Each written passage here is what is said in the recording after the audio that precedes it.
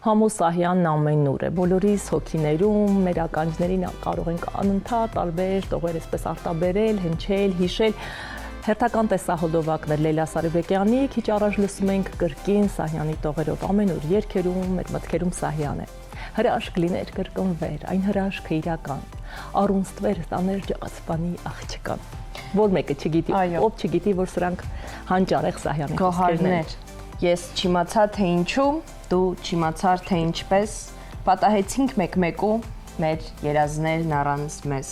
Բոլորս պետք է շնորհակալ լինենք այն ուսուցիչներին, ովքեր սնել են եւ սովորեցրել մեզ այս ամենը։ Ես պատիվ ունեմ, տատիկը լեզվի գրականության ուսուցչուհի է եւ սովորեցրել է ինձ այս ամենը, բայց մենք այսօր առիթ ունենք Համո Սահյանի թողած ժառանգության, նրա վերահրատարակվող գրքերի եւ նրա ստեղծագործությունների ներկայիս կատարումների մասին խոսել նրա որդու, Համո Սահյանի որդու Նաիրի Սահյանի հետ։ Բարի լույս։ Բարև ձեզ, մեզ համար մեծ պատիվ է ձեզ հյուրընկալել։ Շատ հուսառատ ենք այսօր իսկապես այս առիթով եւ մեծ պատիվ ունեմ այսօր, նախ շնորհակալ եմ, որ ինձ հրավիրեցիք, հնարավորություն ստեղծեցիք ինձ համար շփվելու մեր ժողովրդի հետ։ Կտրված ենք իրարից ցավոք սրտի եւ կարիքը կամ մեկ սա ձեզ եմ նվիրում։ Շնորհակալ ենք։ Անչափ շնորհակալ ենք, հաճելի նվեր է սա իսկապես մեր գրապահարանների սիրով տեղ կզբաղեցնենք։ Մեր հեռուստադիտողներին կասեմ ուղղակի մի բան։ Մեր բարի լույսի հետ միասին մենք մեզ հետ կբերենք մեծ բանաստեղծ Համո Սահյանի ստեղծագործությունները, որոնք բարի լույսից են կողմ բարի են բոլորիս համար եւ ձեր թույլտվությամբ այսօր կգանք ձեր տուն դրա հետ միասին։ Ձեր ամենասիրած տողերը ձեր հայրիկի որն է կամ մանկուց ինչ է տպավորվել ամենաշատը որը։ Գիտեք ինչ, շատ դժվար է տեղավորել մի մարդու ուղեղի մեջ, երբ որ բևեռացում է կատարվում կյանքում։ Այ Սահյանը ինձ համար հրաշք պոետ է, բայց երբ որ հայրը դա, հորդ հետ հաշիվները դուրս չտեսակ է, երեխա ես գնդակապետ, կոշիկապետ, կասում ես պապա գնդակապետ, կասում է փող չունեմ, ոնց չունես, հերս ես պետք է առնես, շատ դժվար է դա տեղավորել մի ուղեղի մեջ, հասկանում եք, ոնց որ այսօր օրինակ բերեմ, որ բոլորիս պարզ լինի։ Ուկրաինայում պատերազմը արդեն միլիոնից ավել մարդ են սպանել, ամեն օր հեռուստացույցը միացնում եմ, շատ ուրախացում են, ես օր 1700 հոգու սպանեցինք։ Գազայում այսքան նարեցինք եւ այդ ժամանակ, երբ որ դրանք այդ գործով են զբաղված, ինչ որ մեկը լաբորատորիայում նստած է 5 տարի ռակի բուժման վրա աշխատում։ Այո։ Այդ չի տեղավորվում։ Հասկանում եք, այդ բևեռացումը շատ դժվար է տանել, բացի դրա դու ունես քո դարդերը, քո հոգսերը, երեխային ասա այս կյանք հասա կոչվում է կյանք ես ամեն ինչը, դրա համար մենք միացյալ ուժերով ուզում ենք մեր հեռուստադիտողներին ասենք վերջին հաշվով 11 պատվիրան է տված մեզ, ապրենք Աստվածահաճո ճանապարհով։ Միակ ճիշտ ճանապարհը դա է, իսկ դրան օգնում են մեր հոգևոր հայրերը, մեծ արվեստը անկասկած։ Երբ որ ես տխուր եմ, ջիլ եմ լսում, ոնց որ 7 բժիշկ ինձ բուժեն այդ պահին։ Իսկապես երաժշտությունը բուժիչ հատկություններ ունի, վերջերս նաև նման բաժանմունքներ են բացվել, որտեղ երաժշտաթերապիան է հենց բուժական հաստատություններում, բայց վերադառնալով նաև ձեր հոր ժառանգության այսօր նա է Համո Սահյանն է մեր եթերում, այսպես ասենք։ Ինչ գործեր եք բացահայտել, նոր բաներ, որ անտիպ են եղել, կան այդպիսիք, թե վերահրատարակվել են պարզապես։ Ես ինչով եմ զբաղվել։ Տողեր եմ առանձնացնում։ Մի տողի մեջ 7 հատոր բան կա։ Օրինակ բերեմ։ Քարերի երկիր, դարերի երկիր, սարերի երկիր։ Մի ամբողջ պատմություն ու աշխարհագրություն, այո։ կամ պատնազարտնած հովտում էլի ուրց եմ քաղում ես իմ ձեռքով տիեզերքն է ինձանով լի թե ես եմ լի տիեզերքով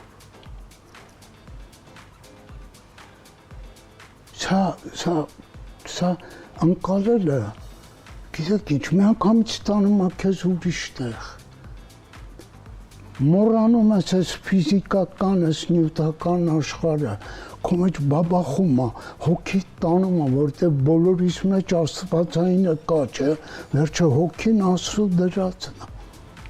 Մենք ով ենք, այս մարմինը ով է տվել, որտեղից եկանք, ուր ենք գնում, ինչի համար այս ամեն ինչը։ Այս հարցերից փախնում ենք, բայց պիտի ամեն օր դրա վրա լենք, դրա կողքին լինենք, եւ սա իրոք սա թթվածին է մեզ համար։ Սա փրկության կղզիներն են, այս խելագար հոսանքը, որը կոչվում է քաղաքակրթություն, քարե խփում մարդուն, չես հասկանում պահի տակ, ինչի եղավ, ոնց եղավ, կորուստները, մոտիկների տանում է, բայց դու սկզբից գիտես, որ ինչ ունի սկիզբ ունի վերջ, պիտի պատրաստ լինես, բայց ով է պատրաստում։ Ու երբ որ բախվում ես դրան, արդեն խելագարվելու աստիճանի մենակություն, որին փրկում է հոգևորը, նայած որ աստիճանի վրա ես։ Դրա համար ես խորհուրդ էլ չէ ուղղակի կասեմ մեր հեռուստադիտողներին, որ պետք է այս աշխարհում հոգով ապրել։ Նյութական եկող գնացողը ցանկացած կենթանի դրա մեջ ուտում ես, գնում ես չգիտեմ ինչ ես անում, խմում ես, սա չի։ Մարդուն սա չի պետք, մարդուն այն հոգևոր աստիճանն է պետք, որի վրա դու նստած ապրում ես բնության հետ։ Ու մի օրինակ բերեմ, եթե թույլ տաք։ Փոքր երեխայի ես ու մայրս նստած ենք, պապան պատմում էր իր այն հոբի ժամանակներից 10 Մեզ համար անչափ հաճելի է լսել այն ամենը, ինչ չենք լսել, սովորել ենք սա Համոս Սահյանի կենսագրությունն է, ստեղծագործությունները, այլս հետաքրքիր է այն բաները, որոնք միայն դուք գիտեք։ Ուրեմն պատմում ասում է 10 տարեկան էի տավարը տարա սարը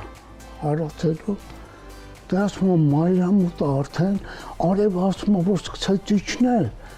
սարի շողկը բամ ընկավ ձորը մաման ասեց համ ոչ ասում եմ այնպիսի ձեն հանեց վախեցա շողկը ընկավ դե երեխա եմ ոնց որ անցավ 10-15 տարի հետո կարդում եմ «Նաուկայի жизнь» Ակադեմիկ Ալեքսանդրով գրում է շողք ընկնելուց ձայնը։ Խնդրեմ, դրա համար էլ Համոս Սահյանի ստեղծագործությունները այդքան կենսական, կենթանի են, մի տեսակ իսկապես հոտ բույրը ձայնը ոնց որ լսես ամեն մի առվի, սարի, իսկապես դա մեր մեջ է։ Մեզ էլ է տանում, այսպես էր անում։ Մաման ասում էր, համա ինչ է, ասում է բողբոջները պայթում են։ Աստվածի։ Դա խելագարվելու բաներ չէ։ Ինչպես են զգում արվեստի ներկայացուցիչները, բնությունն էլ իրենց, նա նրանց շնորհել է եւ այսպիսի յուրահատկություններ նվիրել։ Բարձրալը շնորհել է նրանց այնպիսի հատկանիշներով, հատկություններով, միևնույն է, որ երևի հատկային մահկանացուները մենք փոքրիկ, շատ փոքրիկ ժողովուրդ ենք, բայց այս հակասությունները մեր մեջ շատ են, դրա մասին գրել է Հովհաննես Թումանյանը, Իսահակյանը, մեր մեծերը գրել են դրա մասին։ Տեսեք,